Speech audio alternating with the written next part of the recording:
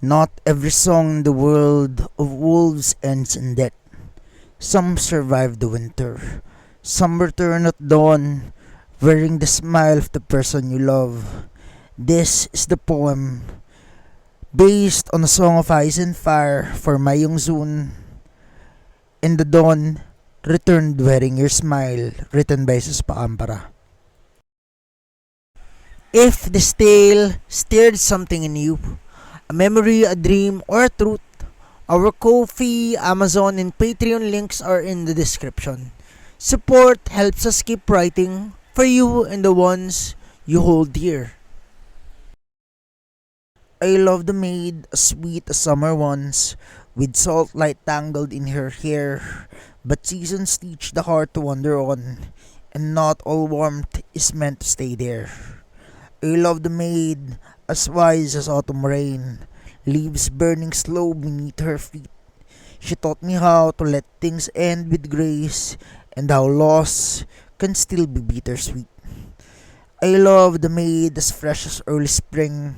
Her laughter thawed the frozen ground, and yet night fell hard, and the wolves learned how to sing, and even hope can be run down. I love the maid as cruel as winter's crown, with frost lodged deep behind her smile. Fires kissed her skin, but never melted down. The distance time had stacked in miles.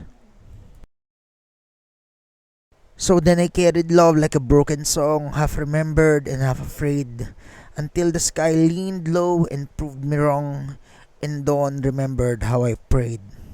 Then came my Yong, not born for in dread, but of the hush before the first light, the moment when the dead stars bow their heads, and night loosens its grip on sight. She is the song of the sky and earth entwined, where breath meets soil and their vows are made, not shouted from the throats of kings and fire, but sung in the trembling hands are laid. Her presence warms the stones beneath my feet, God's peeling through the cracks of fear, and she looks at me and makes the moment keep, as if the world chose us right here. When my Yong appears, the morning learns my name and the sun stands to listen close. Even the wind forgets its ancient games and rests against her quiet pulse. She does not promise me a painless road, nor crowns of flame or swords of fate. She offers constancy, a shared abode, a hand that never hesitates. Where wolves once howled and tore the dark apart, her voice now treads the open air, a gentler music teaching broken hearts that not all songs are born of despair. I walk with her through ordinary hours, counting breaths in the rise of tea, and find eternity in humble powers, like waiting, laughing, and being seen. Her hair becomes my brush at dusk, painting futures on my skin, each quiet touch a sacred trust, where endings stop and vows begin. Her hand speaks truths no banner ever could, no prophecy and no blazing sign. It's just warmth that says I am understood, just love that asks me to remain.